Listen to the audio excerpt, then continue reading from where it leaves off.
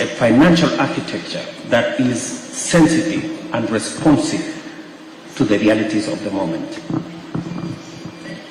It is our considered view that beyond the reform of the financial architecture is new sources of funding, new sources of raising resources to finance development and to finance climate action. And that is why we are saying there is need for us to look at carbon.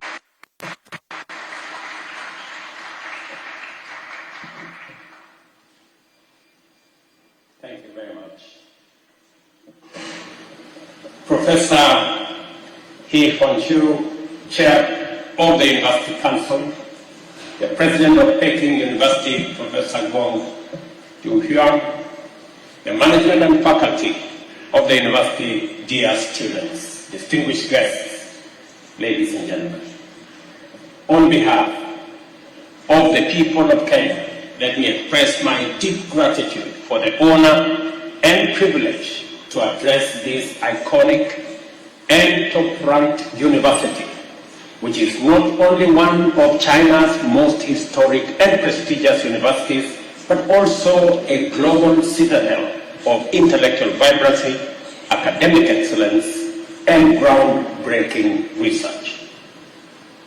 From its founding in 1898, as a symbol of reform to its pivotal role in shaping China's intellectual and academic identity, Peking University has consistently stood at the vanguard of rigorous scholarship and public service.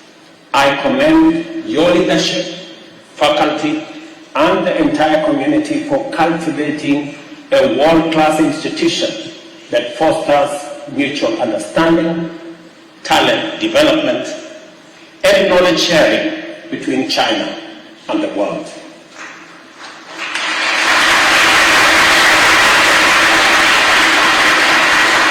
Peking University has played a pivotal role in China-Africa educational relations, having educated over 4,000 African students since 1956, including many from Kenya.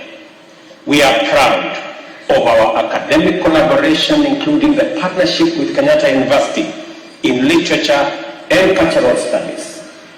These exchanges and the scholarships you provide are building lifelong people-to-people bonds and transforming lives in very tangible ways. Indeed, education is a pillar of our diplomatic partnership. As Kenya, and as we deepen our focus on science, technology, and innovation, we welcome further partnerships with Chinese institutions, particularly in STEM fields, that is, artificial intelligence, biotechnology, and the creative economy. Kenya's Silicon Savannah is established at Concert Technopolis, and our upcoming National Artificial Intelligence Strategy offers a unique platform for cutting-edge collaboration between Kenya and China. Ladies and gentlemen, we gather at a time of profound and accelerated global change. From regional conflicts, economic shocks, and climate disruption to cyber insecurity and demographic shifts, the challenges we face today are complex, interconnected, and urgent. But within these challenges are opportunities. Opportunities for renewed partnership, bold thinking, and imagined global architecture. Africa and China have emerged as pivotal partners in this shifting landscape, bound by history, powered by mutual interest, and grounded in a shared future. 2 days after Kenya gained independence, in December 1963, China opened its embassy in Nairobi, becoming the 4th country to do so. Our ties have only deepened since, culminating in the establishment of a comprehensive strategic cooperative partnership in 2017. China is now sub-Saharan Africa's largest trading partner and Kenya's largest overall. We export tea, coffee, flowers, and more. And I trust many of you may have enjoyed a cup of Kenyan tea or coffee, or a bouquet of fresh flowers or roses from Kenya. Over 3,000 Chinese companies operate in Africa, 500 of them in Kenya, most from the private sector. Our cooperation under the Belt and Road Initiative has delivered flagship infrastructure projects including roads, ports, and the standard gauge railway infrastructure that is reshaping national connectivity and regional integration. But even as we celebrate these achievements, we must confront a sobering truth. The post-war multilateral system is broken, dysfunctional, and no longer fit for purpose. And the escalating trade tariff war may be its final death blow.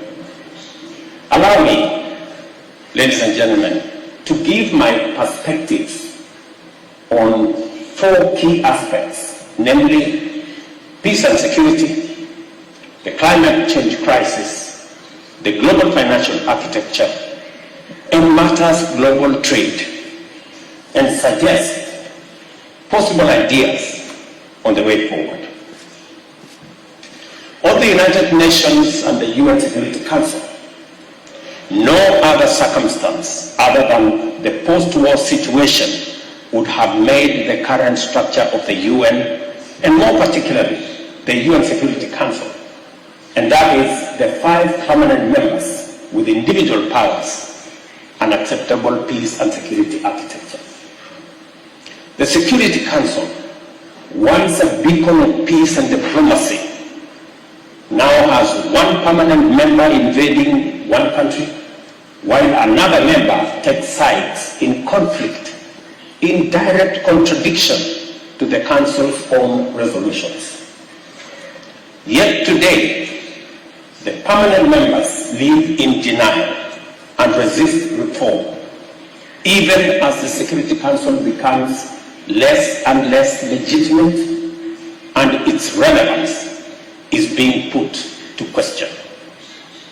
On the other hand, the global multilateral financial architecture is simply outdated. The Bretton Woods institutions recently celebrated their 80th anniversary. 80 years ago, we all know 2/3 of the world's nations did not exist as states when this architecture came into being. The IMF was established to buttress the gold standard, fixed exchange rate system, a system that collapsed 50 years ago. The World Bank, on the other hand, was established to rebuild Europe, an assignment now very well overtaken by events. This financial architecture that we have today presents 4 intertwined challenges. Number 1, the challenge of liquidity or financial safety net for the multiple and persistent climate and economic shocks that we face today. Secondly, inadequate finance for development and climate action. And number 3, cost of capital, what we are calling the great financial divide.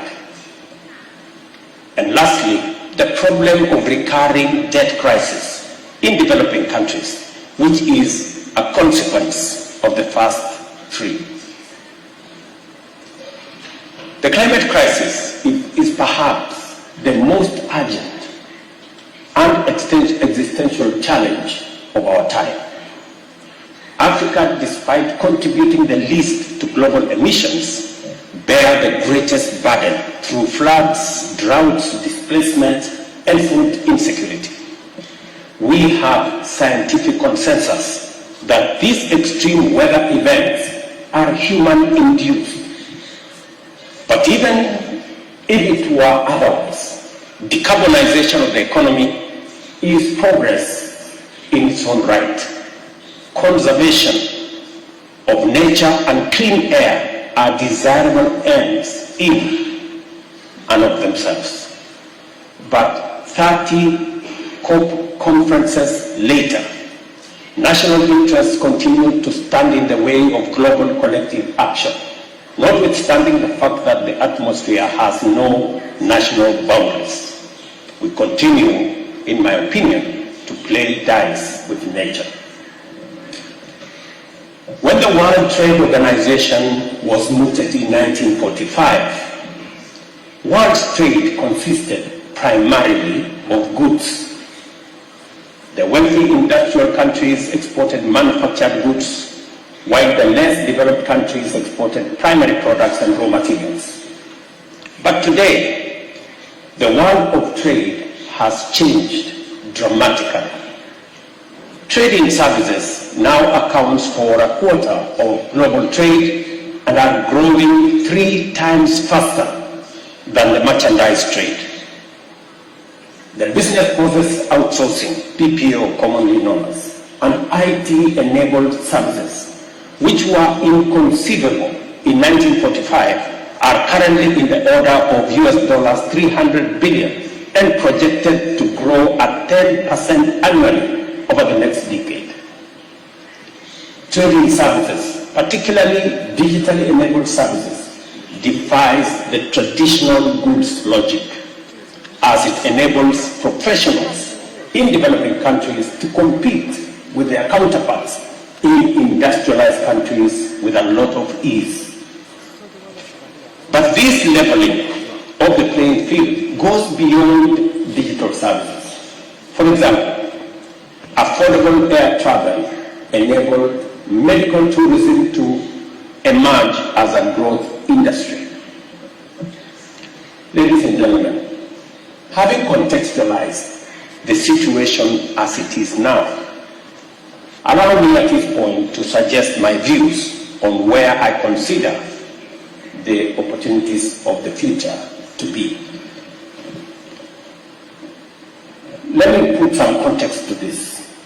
For the first 45 years of its existence, the post-war multilateral system was shaped by bipolar ideological divide of the Cold War.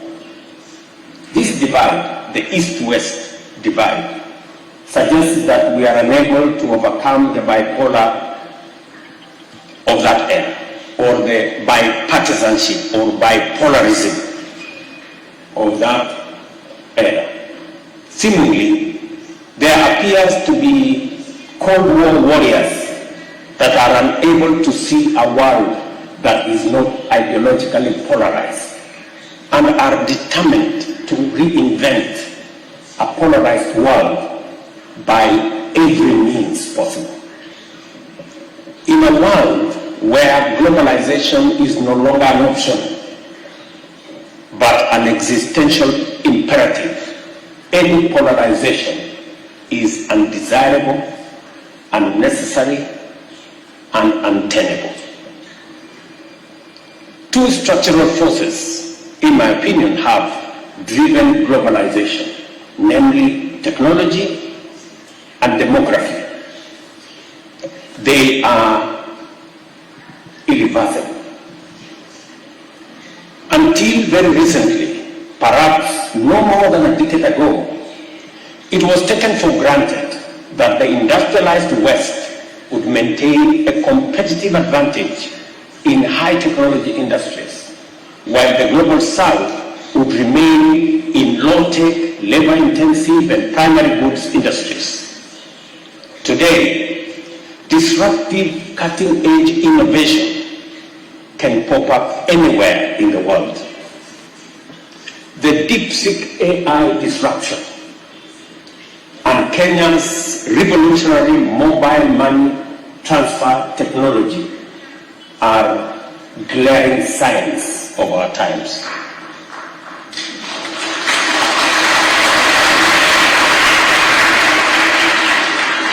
Additionally, there is a saying that demography is destiny. Economic development cannot be divorced from demographics. It is people who produce, and it is people who consume or provide a market. At the dawn of African independence in 1960, the combined population of the US and the European Union at 520 million was double that of Africa at 260 million. 6 decades on, it is the opposite or the reverse. Africa's population of 1.5 billion is now double the combined US-EU population of 800 million. The demographic dynamic has an inevitability about it. Aging societies would want to reverse the trend, but there is very little they can do about it. So, inevitably, capital will have to flow to where the workforce is. At 19, Africa's median age is less than half of Europe and comparable to China's median age in the mid-70s. By 2050, Africa will account for a quarter of the world's workforce, the same proportion for China today. Let me tell you this.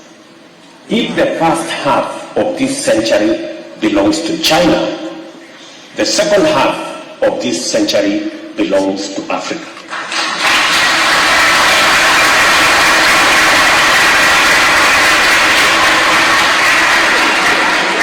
We must therefore imagine a new peace and security architecture, one rooted in democracy, equity, transparency, and equal representation.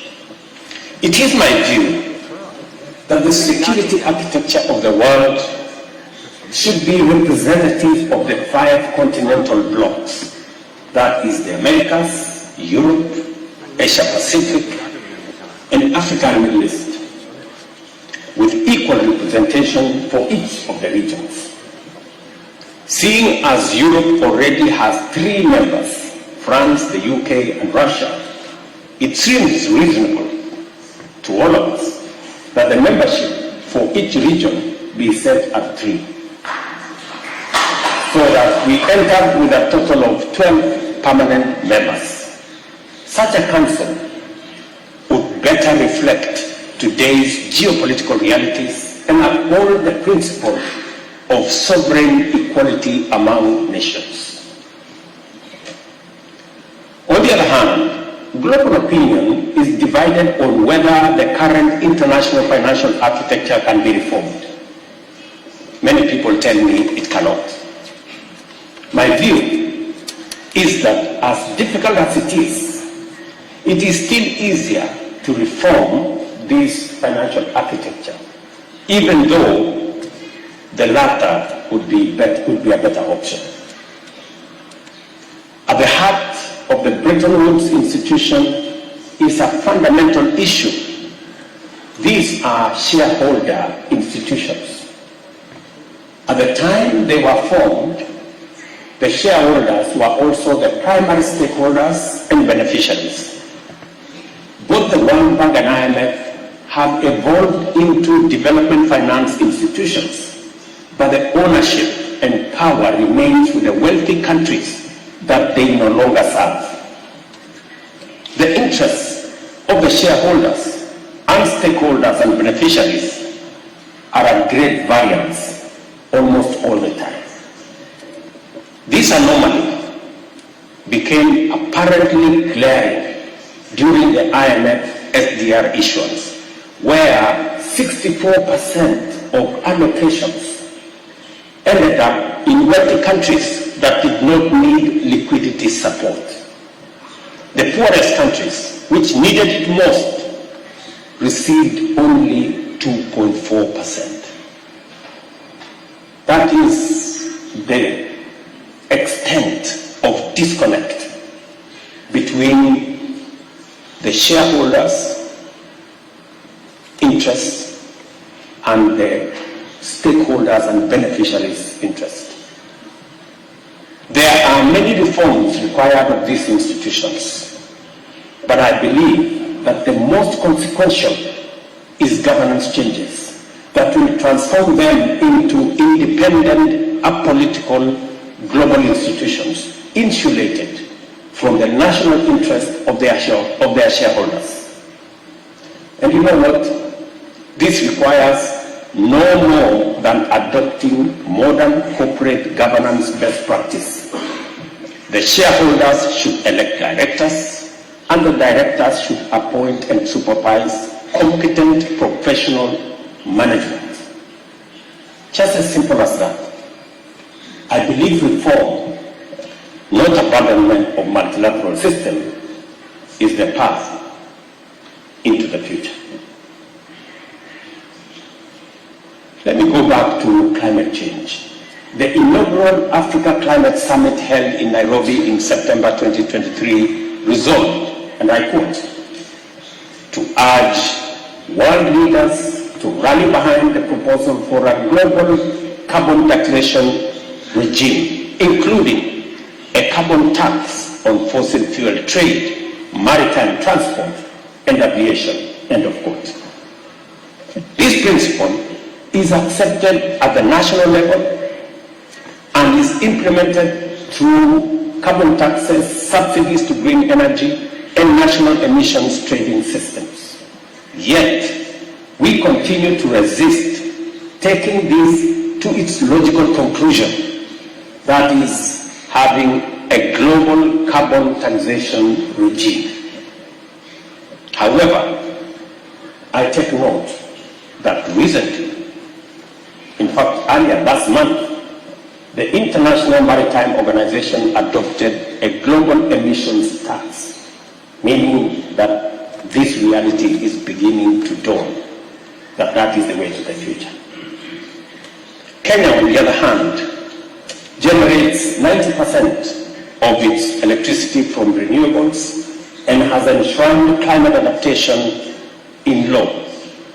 Nairobi is now home to the second headquarters of the Global Center on Adaptation, the first global institution co-located in both the Global North and Global South.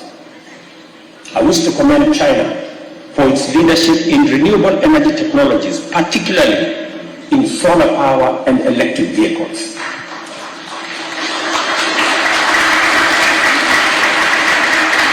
Without China, many of these technologies would remain unaffordable for much of the developing world. Today, solar panels, e-bikes, and electric buses are commonplace in African towns. This is what meaningful South-to-South cooperation should look like. Ladies and gentlemen, as the world's trade system evolves, we must update our assumptions. While the language of international trade is framed on issues of trade between countries, much of trade now occurs within international supply chains of global cooperations. Actual trade flows are captured in export and import data, provide a very limited, maybe even distorted view of international trade. Let me share one perspective. Apple Corporation reported US dollars 391 billion sales in 2024, of which America's contribution of US dollars 167 billion, while the rest of the world contributed 224 billion of that 391 billion. In effect, more than 2/3 of its market is outside the United States. Nike, another example, reported sales of 49 billion US dollars, 21 billion in North America, and 28 billion from the rest of the world. By and large, America's global corporations generate between half and 2/3 of their business abroad. The question we have to ask is, how is this value distributed?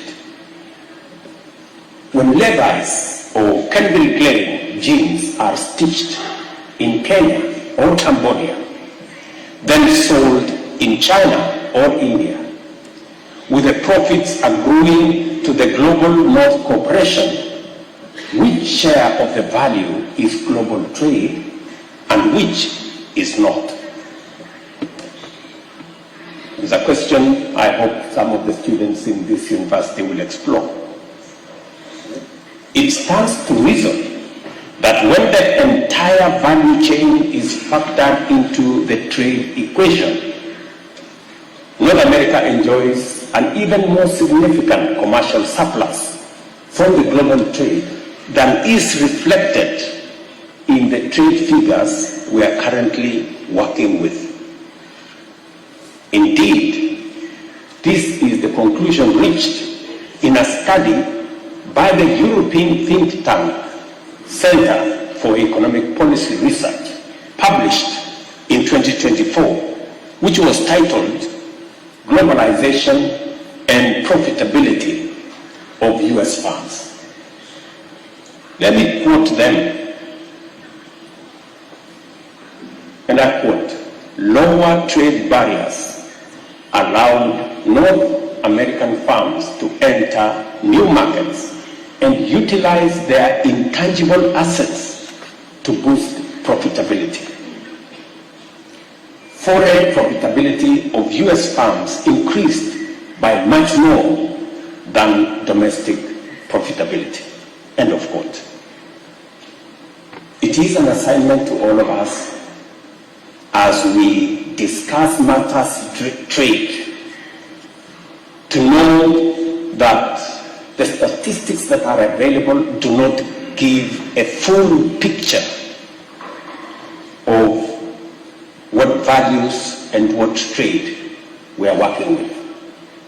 There is a big difference between numbers of trading goods that is not complemented with numbers trade in services and other intangibles. Kenya's response to these realities is rooted in economic diversification and regional integration.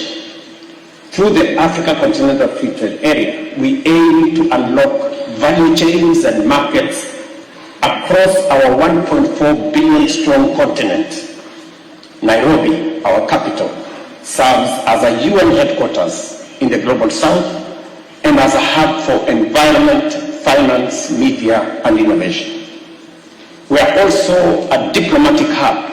Kenya has remained a non-aligned nation committed to peaceful resolution of conflict and sovereignty and mutual respect. We support the One China policy, a two-state solution in the Middle East, and dialogue, not escalation, in the Russia-Ukraine conflict. As we say in Africa, when two bulls fight, the grass suffers.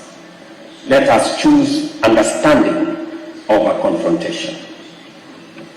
Kenya's greatest asset is its people, young, skilled, and entrepreneurial.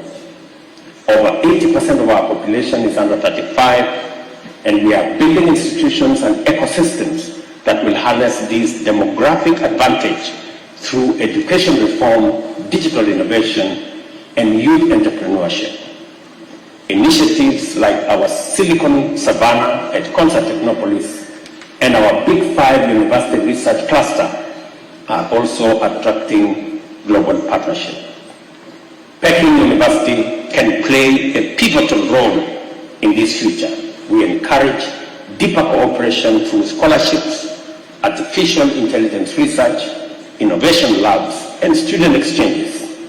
We envision a digital future that is Kenya in location, Africa in identity, and global in impact. Ladies and gentlemen, Kenya and China are not merely trade partners. We are co-architects of a new world order, one that is fair, inclusive, and sustainable. Let us measure our success not in GDP growth or trade volumes, but in how many lives we uplift, how many futures we secure, and how much dignity we restore.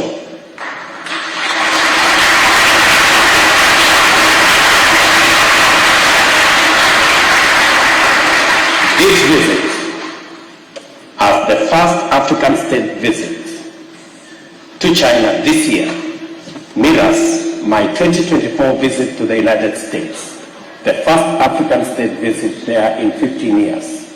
Perhaps, symbolically, Kenya can serve as a bridge between East and West, North and South, in an era of deepening geopolitical tensions. Let this be our shared legacy that China and Africa, through trust, vision, and partnership, helped build the foundation for a 21st century multilateralism that serves all humanity.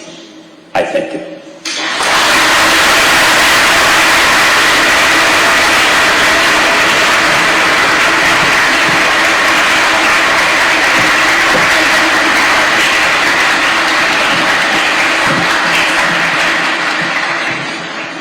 感谢总统阁下的精彩演讲，您的远见卓识给我们留下了深刻的印象。您关于非洲可持续发展道路的分享，以及对当前国际形势下非洲国家国际合作前景的展望，为我们提供了极具启发性的新视角。和总统阁下进行互动交流，请同学们举手提问。在提问前，先做一下自我介绍。好，我们先请右边中间的这位同学。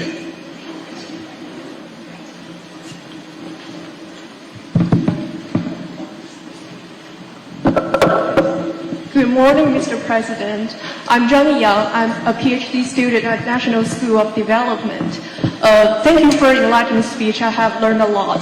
And, climate change is now becoming a major challenge for all countries, including China and most countries in Africa. And so I wonder what is your plan to fight against climate risk, and especially extreme weather, and how would you like to deepen your cooperation on climate with China in the future? Thank you.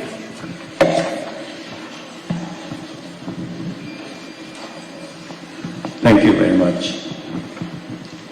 As you say correctly, climate change has no boundaries. The effects of climate change affect all countries, maybe not in the same way, not as the bigger burden is shared by countries in the global south, maybe to a great extent in Africa, and we should step up. What I said in my statement, the current international financial architecture do not have the requisite resources to finance development and climate action. And that is why it is our belief that there is need for reform of the international financial architecture to be in tandem and to synchronize the international financial architecture with the realities of today, that we have serious shocks that come as a result of climate change, droughts, floods that result in serious devastation in many parts of the world, and there is no adequate resources to be able to mitigate the effects of serious climate effects on countries, especially those in the global south. And therefore, it is our push and we're very happy that we're making progress to the realization that there is need to have a financial architecture that is sensitive and responsive to the realities of the moment. It is our considered view that beyond the reform of the financial architecture is new sources of funding, new sources of raising resources to finance development and to finance climate action. And that is why we are saying there is need for us to look at carbon taxation. And finally, is to engage in adaptation, making sure that we mitigate the effects of climate change. It is the reason why we're working with China and other partners in climate action, and the contribution of China in the fields that I have said, in generation that is generation of energy, that is clean energy using solar panels, the reduction of use of carbon footprint using e-vehicles is a significant contribution towards managing the effects of climate change, and therefore the partnership between Africa and Kenya, for that matter, and China is significant in both mitigating the effects of climate change, raising the necessary resources, and making sure that we engage in adaptation all the way to managing the environment. Thank you very much. 谢谢总统阁下。由于时间关系呢，我们提最后一个问题，我们把这个机会留给我们的留学生代表，请中间靠左的那位同学。Thank you. I'm Chuma Clinton from Kenya. I'm a beneficiary of China-Kenya bilateral ties. I have a scholarship through the UTA party and the CPP party. I got a scholarship from MOFCOM, and I'm doing masters in public policy ending in July. My question is, what are African leaders doing in terms of reverting, because you are more dependent on resource-dependent economies rather than knowledge-based economies? And how are African leaders going to negotiate with international partners for better, equitable, and mutual benefits for both parties? Thank you. Thank you very much. You're right, and I spoke in my statement, if you followed my statement, the knowledge economy, the economy, the future of trade is not necessarily going to be trade in goods or products. The future is going to be trade in services. That is where growth is significant. And trade in services means that we invest in people, we invest in education, we invest in training. It is the reason why Kenya spends 30% of our national budget in education and training. We spend $5 billion every year in education because the future is in people and trading services. It is also the reason why, working with friends from all continents, we are expanding our footprint on fiber optic to be able to do more on digital jobs, digital commerce, because that's where the future lies. And so even as we look into the future, we are making ourselves competitive by investing in the areas that have growth going into the future. That's number one. Number two, we are also reforming our institutions. For example, the African Union is being reformed so that we can better negotiate, we can improve our tools of negotiation with other parts of the world, so that even if it is trading goods or even trading services, we can negotiate better if we build the muscle to act together. It is also the reason why there is the South-to-South cooperation that brings into the equation the relationship between Africa and China and Asia and others, so that we can better negotiate ourselves into business, into opportunities, into the future, and also insulate ourselves from unilateral action from others who may want to take advantage of the muscle that they have. So this whole building of coalitions that would help improve our position of trade, of investment, are the two sides of what we are doing. We are investing in our people so that we create advantages for the future, especially in the areas of trade, in services and other spaces, and especially as we look into the future. Africa is going to have a quarter of the world's workforce by 2050. That gives us advantage, and we need to make sure that we sharpen that workforce, we make it fit for purpose, so that we can take full advantage of that workforce the way China has taken in half of this century. We intend to prepare ourselves to take over the advantage in the next half of this century. Thank you very much.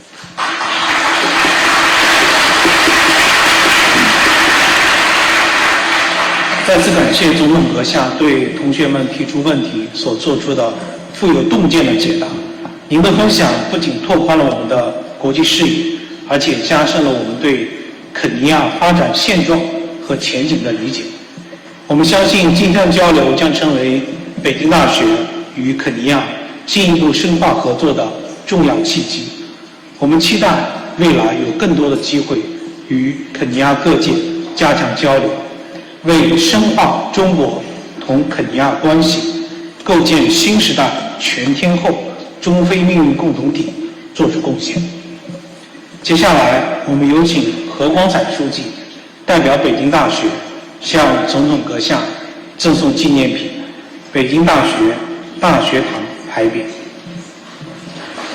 我们也请何书记、龚校长与总统阁下合影。